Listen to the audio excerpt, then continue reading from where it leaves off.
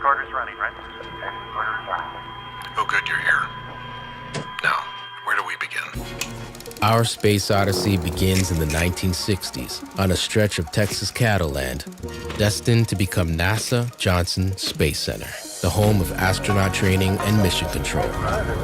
And then right next door, in 1992, Space Center Houston, the official visitor center of Johnson Space Center, opened its doors to chronicle NASA's journeys of space exploration. We choose to go to the moon in this decade and do the other things, not because they are easy, but because they are hard.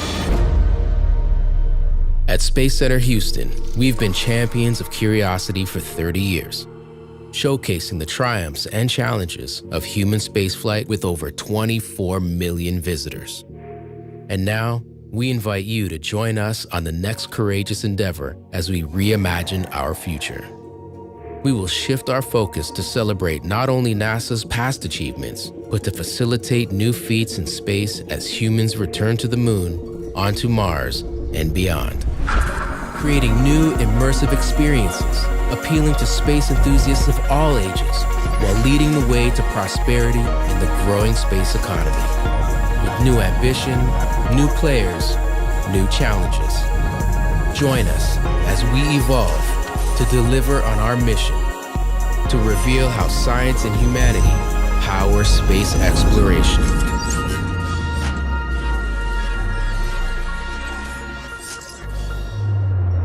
Welcome to the future of Space Center Houston.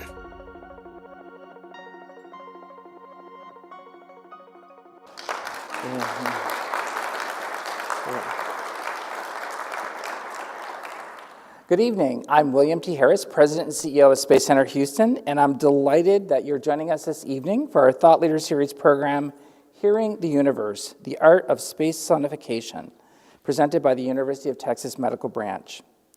Our Thought Leader Series features space and science experts offering valuable insights into space exploration and human spaceflight.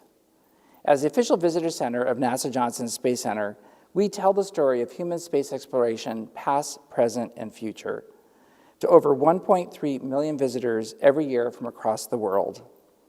As a nonprofit organization with over 400 space artifacts, Space Center Houston offers exclusive behind-the-scenes tours of NASA Johnson Space Center facilities and provides dynamic STEM learning experiences through our educational programs. These initiatives inspire visitors of all ages, making science education and science exploration accessible to everyone. For more than 30 years, we've proudly served as Houston's premier global destination learning center, bringing people and space closer together. A little bit of housekeeping. Just want to remind everyone to take a moment to please silence all electronic devices.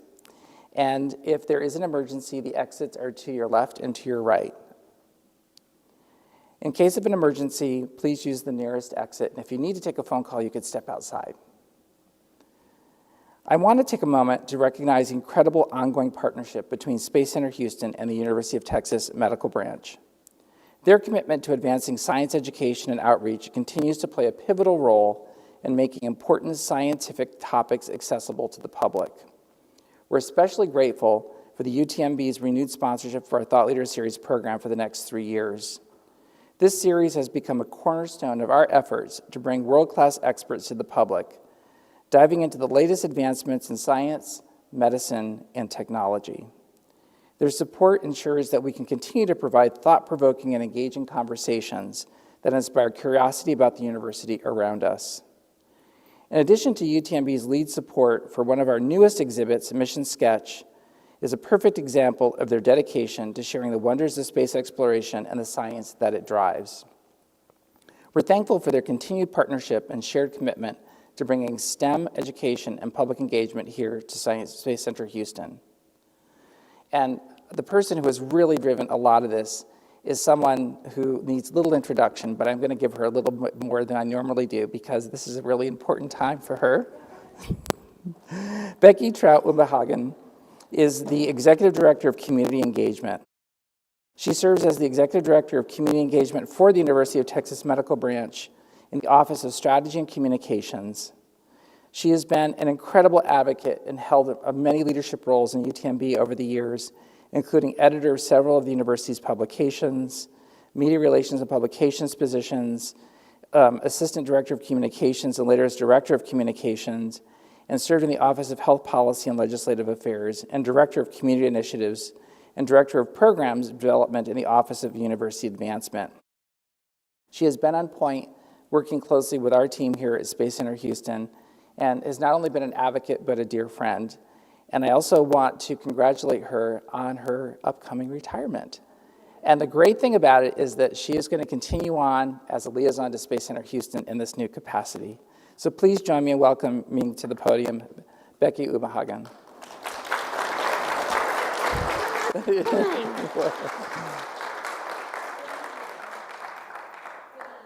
Can you hear me? Yeah, okay, good. Thank you so much, William. I am Becky Umbehagen, and I'm here on behalf of the faculty and staff and students at UTMB Health, and we welcome you to tonight's presentation.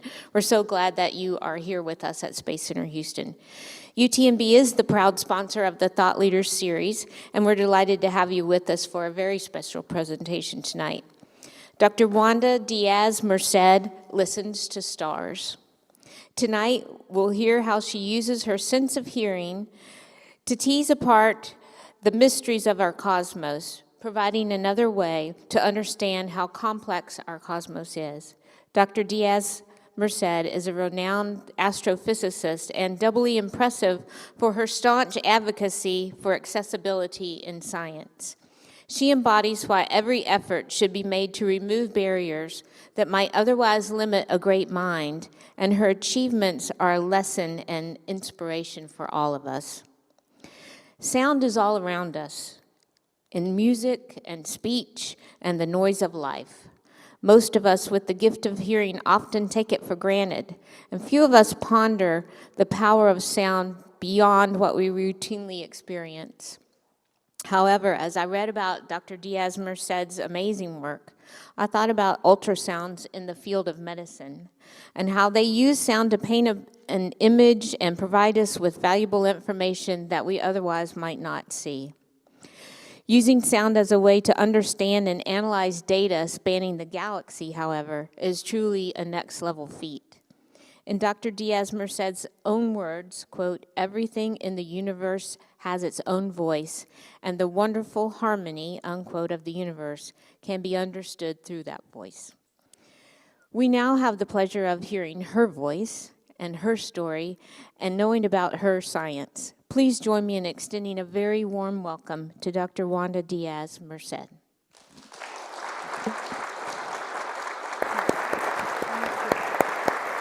Shall I? One moment. Thank you so much, Becky, for that warm introduction. And I wanted to add a little bit more about Wanda's background, because I think this is very important for all of us to know, because your achievements are so extraordinary. And I'm so excited to hear your introductory remarks, and we'll get into our conversation this evening.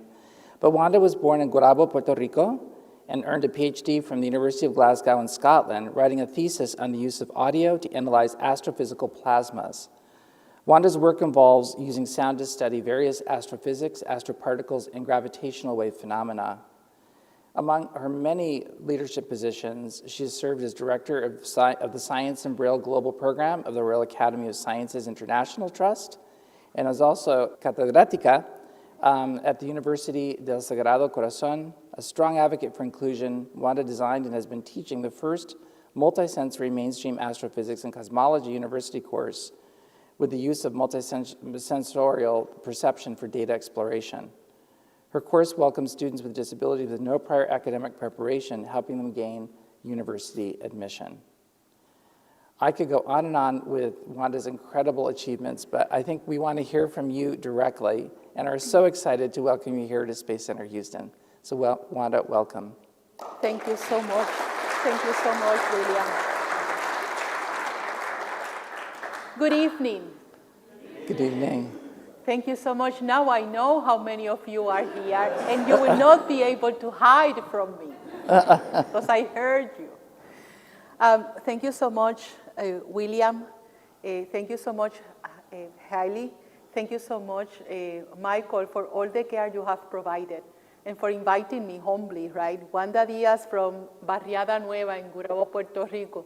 Being in here is something that I never thought it would be possible, not even in my dreams. Even though when I was a child, I always played with my sister, pretended that we were astronauts because she was bedbounded, right?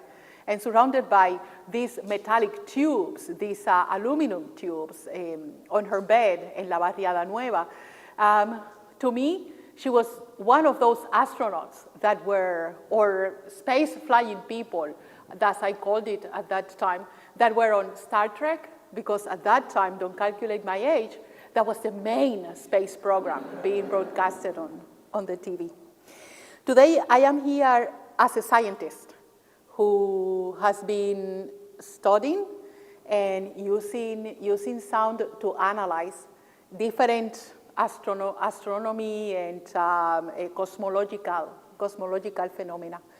The framework that we are presenting, humbly, the framework that we are presenting is a framework that is only justified by very, very, very careful perception experiments and data analysis justifying the use of sound to analyze these astrophysics phenomena. Perhaps you already know, many of you know, that in the space sciences, specifically in astronomy, because it's a science that I practice, it, for many years, and it continues facing many limitations. The absence of, for example, mathematical methods that will not buffer certain aspects that may be of importance in the data. To that, you may add the limitations imposed by nature on the human eye, and that we take the measurements, right? The spacecrafts are acquiring measurements that are either converted into images, also, right, very powerful cameras acquiring pixels and taking images, and that imposed to the limitations imposed by nature to the human eye, we have to add that even the best computer or screen displays available are limited to a range of resolution. And that in itself affects the useful dynamic range of the display that a scientist can study at any one time, and also what we may, by nature, perceive or not in the data. Like, for example, changes of color or hues, visual hues. I do not know, but it seems pertinent to bring that perhaps you know that back at the end of the 1800s, astronomy was using audio. Perhaps, is this new to you? Is this, you don't have to tell me. But we were using audio at that time. And then, in what it seems like a natural way, we stopped using audio. But I have to tell you that the cosmic galactic background was discovered using audio. Dr. Jansky, you may find his information online, and you will find that he used audification of data or the translation of a data waveform to the audible domain for reasons of monitoring and comprehension. But we were using audio. And to make a long story short, it seems that when things became more scientific, when machinery kicked in at some point in human development, things became more scientific. And as things became more scientific, society, and not society, but stakeholders, they spotted that we could produce faster. Imagine, more people could have access to food. Farming was not anymore about growing 2 tomatoes at my backyard and going with my two tomatoes to the town square to sell them. Now it was about producing tons of thousands of pounds of tomatoes and selling them. Medicine became more scientific. Thank you so much for the wonderful introduction. I'm deeply moved. Thank you so much. But as things became more scientific, stakeholders, they began asking for people that could fit that way of producing faster producing for longer periods of time. And also, the technology that was developed, perhaps developed in a natural way to feed that kind of performer. So technology in a natural way, and I will say in a natural way, unwittingly, developed in order to feed that kind of production. I may be wrong, and I'm basing what I'm telling you on Dr. Thomas Shakespeare. He has a very big name. On Dr. Thomas Shakespeare research, he's ethics and disability studies specialist at the University of London. And it seems that left out people that at some point it was felt as natural to find them performing in the mainstream. Like people like me. I'm totally blind and because of diabetic retinopathy, and I do apologize, I have to open a parenthesis. Today, I'm wearing a black skirt. I'm sitting on a chair. I'm wearing a black skirt and a green jacket because I thought it would be warmer here in Texas, but it is not. So I'm wearing a green light jacket to be here with you. And I don't know if I said this, but my hair is black. I do apologize that I didn't describe myself before. So going back to the theme, is that it kind of left out peoples that were in the mainstream performing and perceived as a natural way of the performance on the mainstream. So perhaps you may say, Wanda, wait, we didn't have the technology for people like you to participate, for sensorially biased. Because I'm sensorially biased, I'm going to use myself as an example, right? For blind people to participate on the mainstream. And I will say 1957, the first spacecraft was launched, right? The Sputnik was launched, not the first spacecraft. The Sputnik was launched in 1957. You may correct me, William, right? Yes. If it is like that was quite technological. So perhaps unwittingly, it was chosen to advance that kind of technology and launch a spacecraft than to create a piece of technology that would allow a person that is sensorially biased to participate. This is me saying it, right? Don't take me wrong. This is my conclusions from reading a lot and also because of experience.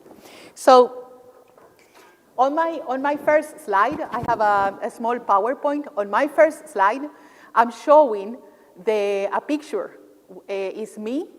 There are the logos of the Royal Academy of Science International Trust, and also of my university, of Universidad del Sagrado Corazón, but also a picture of the first para-astronaut. He's an astronaut with disabilities at the European Space Agency. His name is John McFall, and he knows, gladly he knows, the job that he has to do, which is to delete all the barriers that socially has been created. That saying that the sky is the limit, it will be the limit because the sky is not even the limit. So going back to the theme and going back to the second slide, I sought for evidence as why the astronomy community had stopped using audio, using sound, in order to analyze the information, not only analyze, but explore the information, to grow sensitive to changes in the information. And we sought and sought and sought and sought, and we couldn't find anything, me and my team. I'm not saying that it doesn't exist. I didn't say that. What I said is that we couldn't find it. So we performed experiments in which we simulated a task that at that time astronomers would perform for the identification of black holes. You're seeing on the slide a circular galaxy, an elliptical galaxy, and this is an artistic rendering of the galaxy. This is not a real picture, it's a very good artistic rendering. And in the center, I have a jet, a ray of light going through the center, and I think simulated is more or less what may be a black hole emerging from the, in the center where the jet is emerging from. So the thing is that the molecular gas around the galaxy, it emits, when there is a black hole, it will emit a double peak symmetric spectra. And this double peak symmetric spectra or graph that has two peaks, and those two peaks are symmetric, it may look like, imagine you have a hair comb, and it's a very old hair comb. Woof, it has been used by many heads for so many years. The tines of the combs are already almost, it's not muffled, it's desgastadas. How you say that in I can't hear you, but I know you said the word in English correctly. And then of those times, two will go up. They may be everywhere, but always preserving symmetry. But in the case of the visual spectra that we have on the screen, it may be at any signal to noise ratio. It means that the pikes may be really high, or they may be really low, and the noise will be or what pollutes the data, what is of no interest, may be really high, or maybe really low. And those two times, or those two spikes, symmetric spikes, they may be anywhere on the galaxy, inclusive in places where attention mechanisms are compromised. So what we did was that we simulated that task, and we had professional astronomers from the Center of Astrophysics, which is located at the University of Harvard in Cambridge, Massachusetts. We had them just identifying if the displayed spectra had signal or not. They would be identifying it via audio, via the combination of audio and visual display, and also visual display alone, so we could compare their performance. And what we found, that when you use audio, it increases the professional astronomer's sensitivity to events in the information that by nature are blind to the human eye. Just wonderful, right? But my mentor was very wise, Dr. Matthew Schnepp. And he came to my office, he closed the door, and he said, do not get depressed. Because to me, it meant you left me out for no reason. You know so much, you're so proud of your knowledge, and you just chose to leave me out with no prior scientific evidence. But what I'm saying is, it may have left out people like me from doing professional practice in the field, and perhaps it's not that important to know right now why that happened, why if the neurosciences has had for long, right, doctors, evidence that sound as an adjunct to visual display increases sensitivity for insighted people, increases sensitivity to things in the data, and has an input in attention mechanisms, why we were not using it. Perhaps that's not that important to know right now, because what is important today is that we are on a new stage to stop the further harm and to stop the further neglect to both the human development and also to the data analysis. You know how many black holes we would have discovered, like before 2016, when they confirmed they have 17, I think, when I was in Vienna when that happened, so it must have been 17 or 18, when they did the press release of the black hole. We would have found so many more before. But what I mean is that perhaps we have to think, is the effect of not using audio, is the effect of not using audio or multisensorial perception to analyze the data, is that effect comparable to a possible effect that the use of non-visual modalities would have had in the field of physics and astronomy. What I mean is, if we would be using multisensorial perception instead of only using visual perception, would the effect be the same? Because for many years, our field has been developing, and the constant development of technologies is without cease, and perhaps is directly proportional to the amount of people without disabilities performing on the mainstream research in the science. And when I say without disabilities, I'm talking especially about people with congenital disabilities, because it's very different if you already have a permanence and you lose your sight, or you develop a disability. It's like, for example, and I will say this, I'm from Puerto Rico. There is an agency, a governmental agency in Puerto Rico, where it's very, very, very difficult for you to get hired. But then once you get hired, it's very, very, very difficult for you to be how you say, to be kicked out. Fired? Fired. To be fired, yes. It's very hard. Regardless what you do, they will not find a way to fire you. It's incredible. I will not say which one. But what I'm saying is that I'm talking especially about people with congenital disabilities, those transitions, right? And perhaps it may have led to the occurrence, in a very natural way, the occurrence of an impermissible inequality that is solely based on how you are able to perform the mainstream data analysis in the field. And I'm not criticizing, right? I've been studying this and using sound, etc., for many years. And I feel like at home. Thank you, William, for making me at home and being able to explain this. On the next slide, if you want to check how careful the experiments were designed and the paradigm that we use to analyze the data and the statistics, etc., everything is written in there, and I'm not going to read it. You access that QR code, and you will have it at hand in your telephone. So I had the opportunity in Italy, given to me by my mentor, my late mentor. He died, Dr. Stavros Katsanevas. And he approached me and he said, Wanda, we want to use audio in order to analyze gravitational wave data acquired by the gravitational wave interferometer. And I said, well, Stavros, are you sure?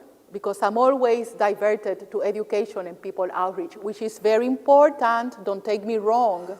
It's very, very, very important. But usually we go into places and we go to do the data analysis, and always our efforts are diverted into education and people outreach. So I want to be able to freely choose what I want to do. If I want to do the science, I want to be able to do the science as you are able to choose what you want to do.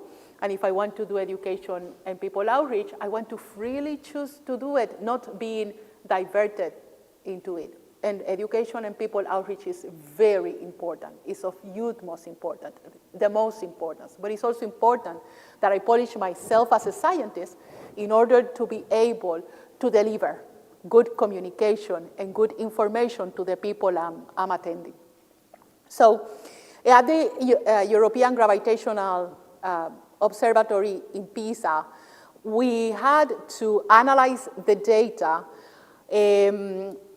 separating signal and noise. Why? Because this data, it suffers from pollution from everywhere. Environmental pollution that is detected by the telescope, I will call it a telescope. Environmental pollution that is detected, human-made pollution that is also detected. It's a very sensitive device, right? So we were separating signal and noise and identifying what is real and what is not real. And we took a very well-known merger BSN, binary star BSM, binary star merger. So it's two binary stars that are merging into each other. We took that, it's very well known, because already results were published, and we were able to corroborate our results with the literature.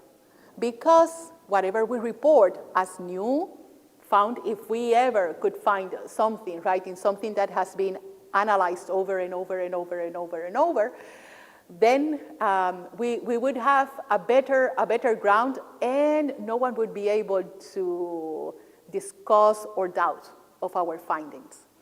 So we took this data, we analyzed, we did a mathematical conversion. So what we did is that we did what I called an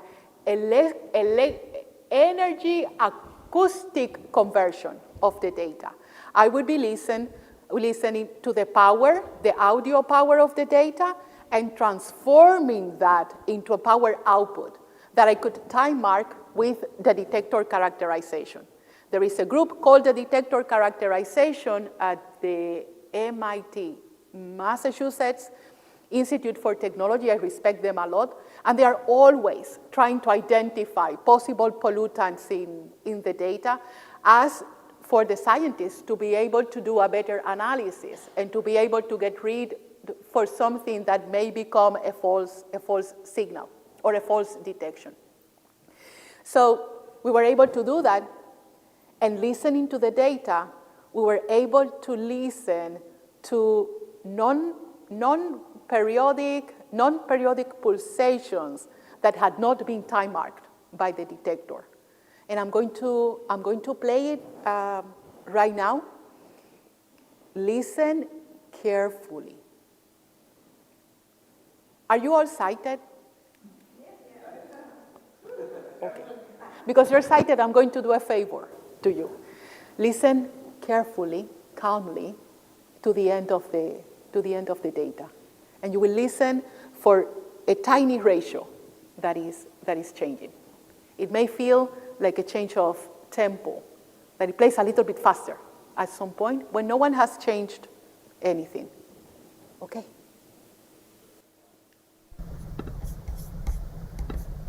Is it playing? No?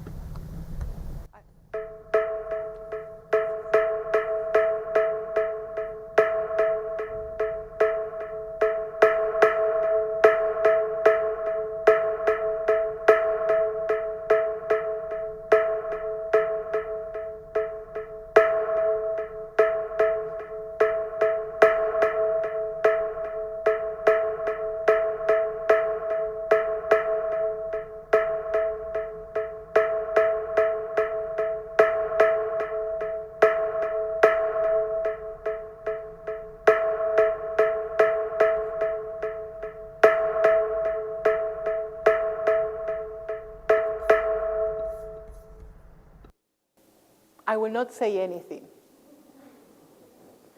I do think that when different stakeholders get together, different agencies, scientific agencies funded by the government, when they get together in order to include multisensorial perception, the changes that, I will say something, the changes that you heard had not been time marked by the detector characterization people. Our calculations were all corroborated by the literature and other scientists. The masses of the bodies in the system, the masses of the binary sources in the merging, and also in separate and also in conjunction. And we may suspect that it has something to do with the distribution of those masses around the area when they are merging. That may not be, the distribution may not be isotropic. It may not be, another word for isotropic, William, it may not be uniform. Yes, you know, the mass distribution in my body may be uniform, but sometimes if I would be a merger, the mass may not be uniform, right? It may be anisotropic. That is the word that we use in science. I do apologize.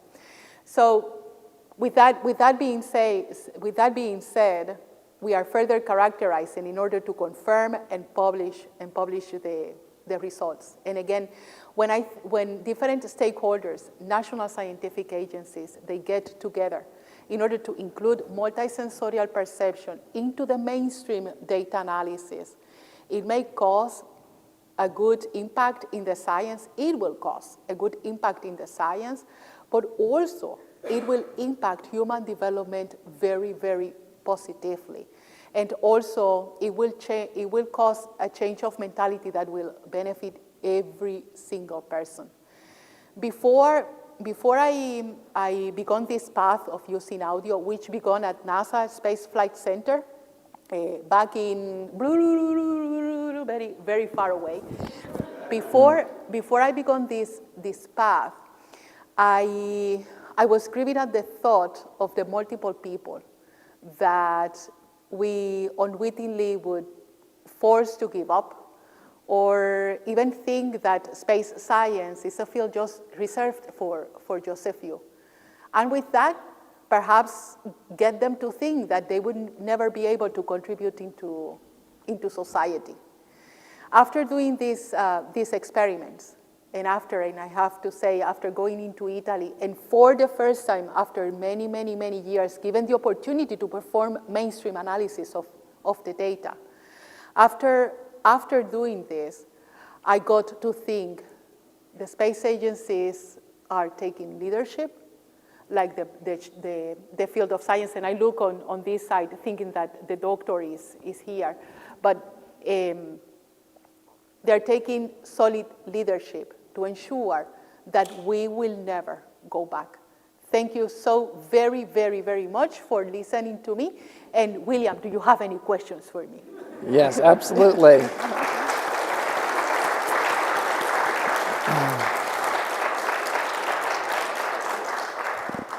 Thank you so much, Wanda. It's absolutely fascinating remarks, and so interesting to consider multisensory as being a better way to collect data and understand. It makes a lot of sense. And I guess I wanted to actually take a step back to ask you, how did you become interested in astronomy? Where did that interest come out or evolve for you? Well, as I said at the beginning, I used to pretend that we were astronauts, right? Not pretending because we thought we could become astronauts. Imagine, we were at Barriada Nueva with very little access to information.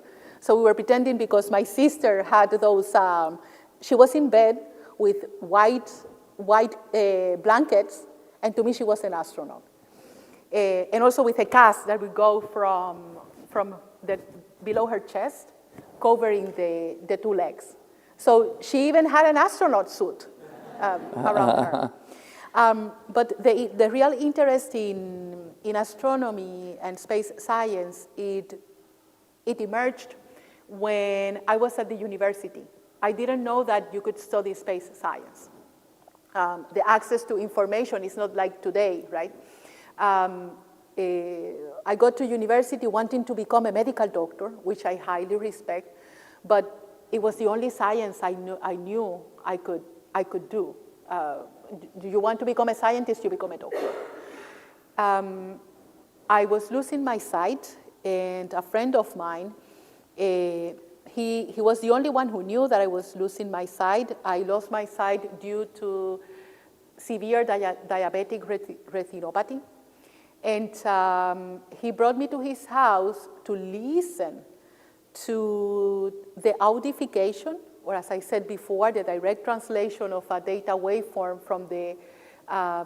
from one domain to the audible domain.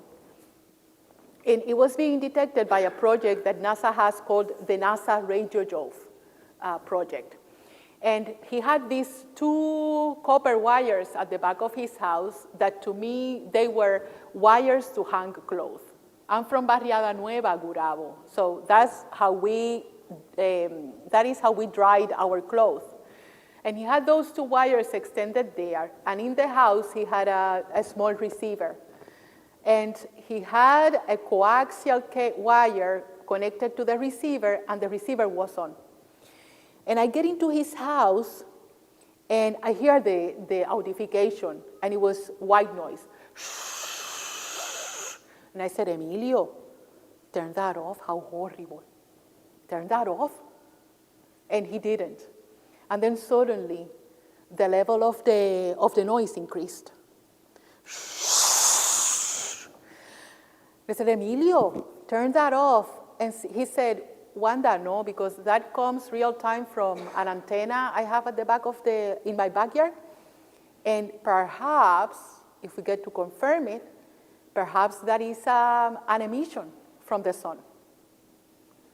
And from something that was really ugly when I got into his house, it transformed into the most beautiful sound in the universe, into a sound filled with possibility, right? At that moment when my world was obscuring, and my world not only obscuring, but I was losing the will to continue moving forward, I found hope. I said, this is something I can explore. And I decided to get into the field of astronomy, to study sound better and to test, right, if sound was useful or not, because we didn't have an idea at that time. That's an incredible story of inspiration. Forgive me. Well, I'm curious now that, because your work is so fascinating and you're really enlightening so many of us around all aspects of exploration. Is there some area in exploration that particularly interests you? Is it more of an interest, say, in black holes or star formation, or is there a particular type of phenomena that you find particularly intriguing? Cosmic rays. Cosmic rays. And why is that? Subatomic particles that travel almost at the speed of light. And these cosmic rays, they may cause fluctuations in the interstellar media that may push, for example, they may interact with fields, or they may cause expansions that are not easily perceivable in the data. And if they are perceivable in the data, the changes may not be inside the electromagnetic spectra. And by not being in the electromagnetic spectra, it means that there is much more to explore than what we display visually. So it is of my interest to study those signatures specifically, because by studying things or changes that are not inside the electromagnetic spectra, by studying and relating it to the intensity and detection of cosmic rays, I may get an idea of matter that is not the matter as we usually defined, mainly defined as dark matter, and which is characterized in the noise floor as very, very, very low peaks that develop randomly into the noise floor. To me, that is of utmost interest. And it also indicates different temperatures inside the noise floor that may lead or may give you hints of different phenomena happening in the data. It's characterized by being cold. So I apologize, forgive me. Yes. No, very fascinating. I want to remind our guests that we have a QR code on the screen, and and I see many of you have already scanned it. And if you'd like to text questions, and I have a number of my own, but I'll try to get to as many questions as possible this evening. And so thank you for submitting your questions. I'm curious about your public engagement, because it is so wonderful that you're willing to come out and speak and share sonification and help people understand what it is. And this is absolutely intriguing to me. But you also talk about vibrations. Yes. And so could you tell us a little bit about what you can learn from vibrations as well as the audio? Well, we are right now I do not know what you can learn, right? But I know that I have an insulin pump. And when my sugars are very low, and for some cognitive reasons, I'm not paying attention to the alarm, the machine starts vibrating. I do not have any scientific evidence of this, but I want to study how micromotions and vibration has an influence on attention mechanisms in order to augment our vigilance sensitivity to events in the information.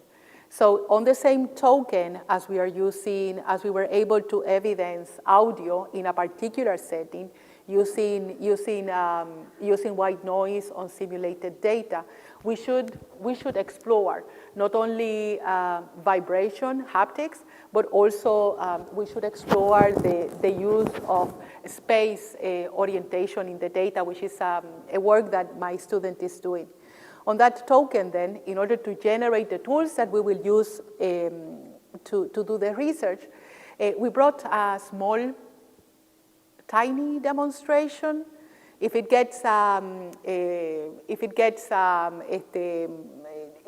buffers the sound, I do apologize. It's a prototype of a device that we created that it is used to plug it into the telescope. It gets the light that gets into the aperture of the optical telescope. It converts that into audio, but this one, it also has a color sensor, so it decomposes the light, and you will hear the colors of, for example, the star. But via Bluetooth, it sends the signal to a haptic device, a device that is vibrating. So a person who is deaf and blind will be able also to appreciate what is happening or what sighted people are seeing through the optical telescope. That is how I should call it. But my expectation is that it may have an effect, right? It may hinder or it may augment our perception of events in the information. So right now we are creating. There are a lot of papers conveying information about it. We need to do the experiments because we are scientists. If I don't do the experiments, then forget it. Goodbye. Adios. Goodbye. We will do the experiments. We will go then and apply it to certain selected data sets. And then after that, we will be able then to release it to the public, right? With methodologies, how-tos, etc. Even a training paradigm, if we come to that. But the first thing is the perception experiments and how it enriches or not our attention modalities, specifically when attention mechanisms are compromised. Forgive me. I like to talk. Well, and actually, as Wanda was saying, she actually brought one of her devices this evening, and we actually have it here on the table in the front, where there will be an opportunity at the close for you to try it out. And then also, we're very delighted that she's making one available to us to have as part of our science deck. Yes. So thank you very much. There are a number of questions. One of the questions from our audience tonight asks, when you convert the instrument data to the audible range, is there a standard frequency range, and how small are the increments, or does that depend on the instrument? Well, different instruments have a range of frequency, right? Each instrument has a range of, like, from minimum to maximum is a range of frequency for each instrument. We recently, actually tomorrow, my student is defending her dissertation. No, on Friday. Tomorrow is Thursday. On Friday, my student is defending her dissertation on her study on timbers. And being different timbers, a way for you to be able to perceive different sounds, and for you to be able to differentiate different variations in multivariate data. We studied those sensitivities. I will not tell you the results because she's presenting on Friday and she's the one to talk about that. It's a research, and that has to be respected. So in a in a Zoom conference, please. So it's very meaningful to study timbres. The increments in audio, the sonification prototype will convert into audio exactly the numbers that are in the measurements that are required, regardless of its measurement, of its size. How do I say that? Regardless of how big the number is astronomically big, the number will be translated into audio. What we do is that we feed those numbers into a range of values, for example, between 0 and 1. Between 0 and 1, if you divide the space between 0 and 1, you can have an infinite number of spaces, because always there will be quantum physics, there will be a small space between one number and the other. So that means that the numbers can be astronomically small and astronomically large. And the sonification prototype will convert it into audio, and you will be the one setting it for your perception, your human perception, right? You contextualize it to your perception. In terms of the changes in between the numbers, for example, the slight change of tempo that you heard almost at the end of the information that we displayed a little while ago, like the gravitational wave data that we displayed. The difference in between those numbers was a difference of millesimas. You have decimates, centimates, and then how you call it? The next one, millesimas. Millesimas. Millesimas. Millesimas. It was a difference between one number and the other of a millesima. So very hardly perceived by the eye when you make the plot, that slight change is happening in the data, and then all the contrary when you're listening to the data, it became absolutely apparent.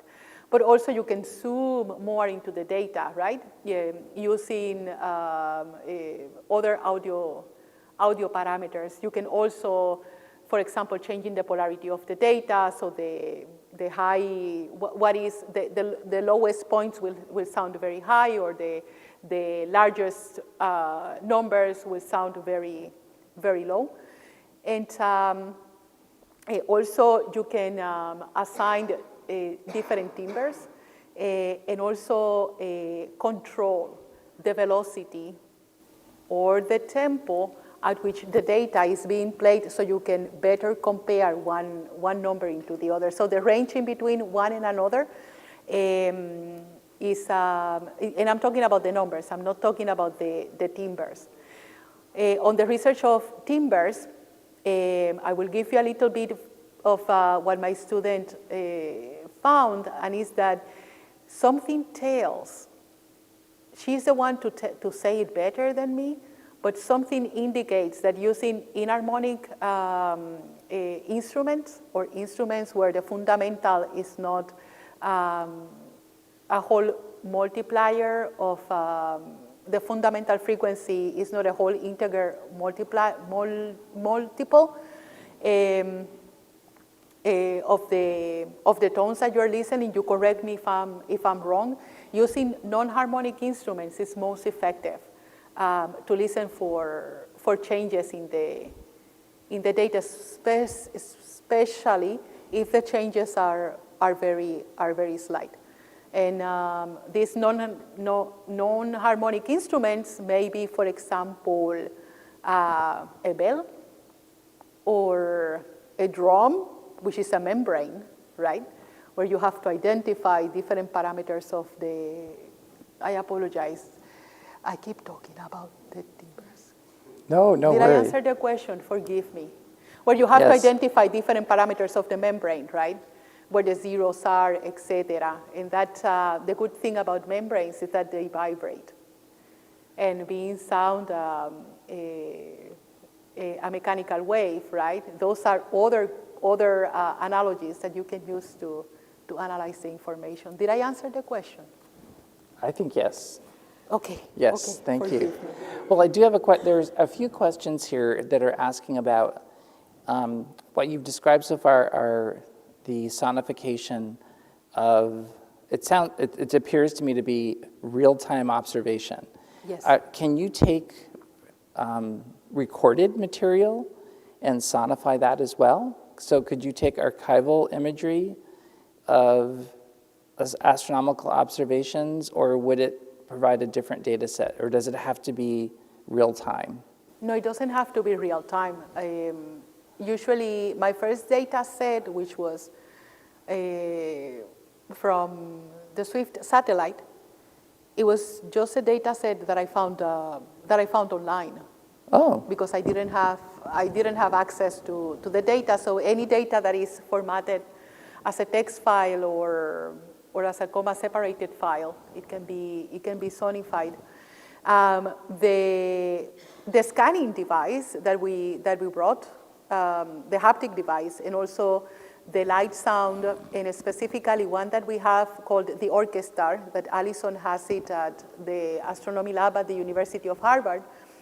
That one serves also to scan images, for example, of the Hubble. And I was talking to Rachel about coronal mass ejections or images of jets, for example, that they can be scanned and you can get, right, an audio and also visual, if you're sighted, visual perception of how the pixels are changing, and keep account on the pixelization and the brightness of those pixels in certain areas, and perform some calculations. But yes, safe data, archived data, yes. Mainly archived data. oh, wow, fascinating. Yes. Fascinating. Well, there's an audience question that's a reference to the movie Contact. And there's a movie called Contact. Oh, yes. And it begins with the observation of an acoustic signal from space with an unknown origin. And so the question is, how do you distinguish between an audio signal that might be produced by another entity that could be a living entity as opposed to a celestial body? Is there a way? I don't know if you've ever identified something from another. I will, the first thing I will do, if that ever happens, the first thing I will do was I will go to a shop and I will buy a dress. And then after buying the dress, I will buy a very nice pair of shoes, and then I will go to the town square, will put a lot of chairs in order for all the scientific community to come and debate. Oh, yes. I think the life in other planets or somewhere in the universe, right, is a possibility. And possibility is a statistical number. The first thing responsibly is to be able to verify that your data is not due to any systemic phenomena, that the changes that you're listening into the data or the numbers that you're acquiring are not due to any natural phenomena. And then by the factor of discarding possibilities, right, scientifically discarding possibilities, we may get into the conclusion of perhaps a signature, because it's a signature, right? What I get is numbers, and I translate those numbers into audio by a signature that may be perhaps a signature indicating some other form of life, but it's not something that I will do so lightly, because I'm a scientist, right? And for the sake of the public, which I really love and like, it has to be done responsibly. But it is a big possibility. Why not? There is life on planet Earth, right? So it may happen, not today perhaps, or not yesterday, but it may happen. It's a possibility. How to distinguish it? You need to calibrate your ear to the noise of the systemic noise of your system. That is one thing that I always do. I know what my noise is, and then I will know if anything superimposes, because the data we acquire is many oscillation modes overimposed on each other. So then I will know if there is anything being overimposed on or mixed with the numbers that characterize my noise, and if there is anything additional. So first, you calibrate your ear. Second, you learn how to characterize your data. And third is to apply a very thorough scientific method. And also consultation. That's why I'm getting the many chairs to the town square, buying a nice dress in order to debate, in order to have a dialogue, an exchange, because it has to be corroborated by as many collaborators as possible. Does that make sense? Did I answer the question? Yes. Yes. That will be in that way you will be able to identify it. I would not recommend any timbres in particular unless you want to do that. If you want to do that, use the human voice. No other musical instrument has the range of the human voice, right? From the lowest range to the highest range is the timbre or sound that has the widest range. And in that way, you will be able to listen to many, and also the anatomy of the human throat, right? It will allow you to more deeper analysis of, this is my recommendation of the data here, very naively talking to you, to whoever asked the very good question. Mm-hmm. So we're approaching the end of our time, and I still have so many more questions for you, but I wanted to ask a question about advances using multisensory. Are you aware of any new developments or technologies that are evolving that are improving our ability to use multisensory or use audio as a way to better understand our solar system, universe, and beyond? So far, sadly, I do not know any. Sadly, I know of an initiative, the initiative of the Royal Academy of Science International Trust, which we aim to establish something called El Laboratorio del Silencio.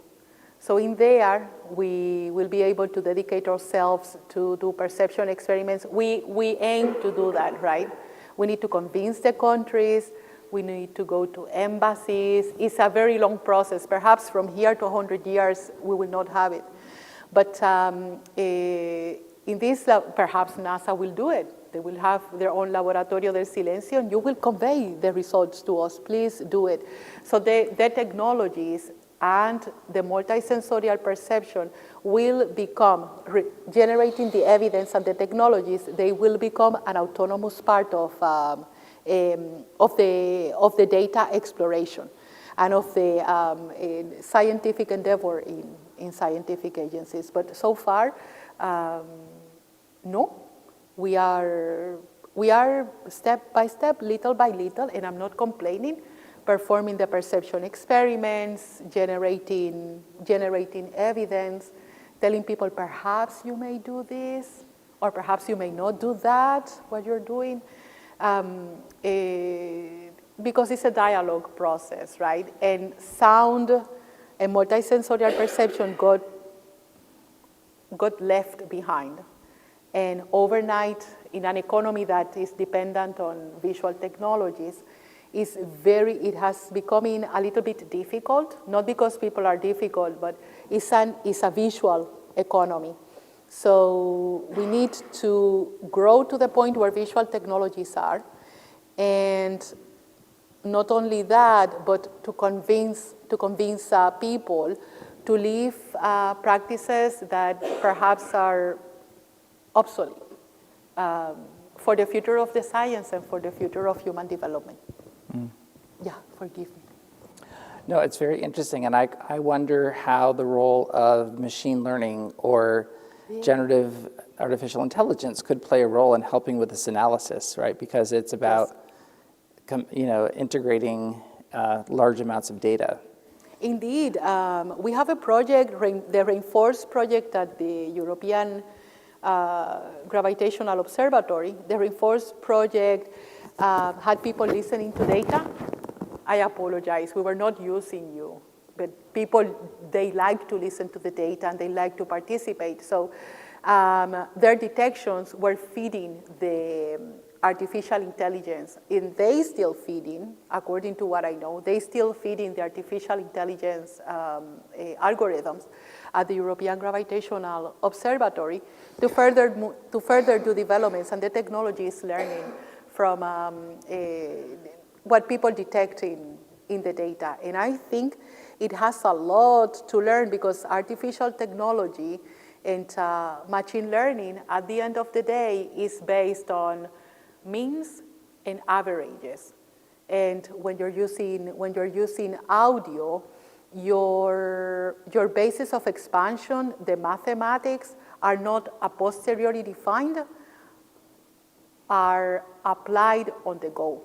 So you can change dynamically the basis of expansion as you're analyzing the data. And that is our aim, to get artificial intelligence and machine learning to be able to do that in a time-efficient manner, of course. Fascinating. Forgive me. Well, just a fascinating conversation with this evening. Please join me in thanking Dr. Wanda Díaz Merced for joining us this evening. Thank you, William. Thank you. And thank you to the Space Center. And thank you to you for being here. Thank you. Thank you. Again, I want to extend our sincere thanks to our guest panelist, Dr. Wanda Merced Diaz, the University of Texas Medical Branch, for being the sponsor of this program. And I know that we are going to have an opportunity at the close here to experience Dr. Diaz Merced's device, which is going to be very exciting. And also want to extend to all of you an invitation to remain at Space Center Houston to enjoy this evening's Galaxy Lights, presented by Reliant. And it's our Spectacular holiday celebration that will be going on through January 5th. But please stay and enjoy. The Galaxy Lights is open until 10 p.m. this evening. Thank you again for joining us, and be sure to grab some s'mores and hot cocoa if you go out there.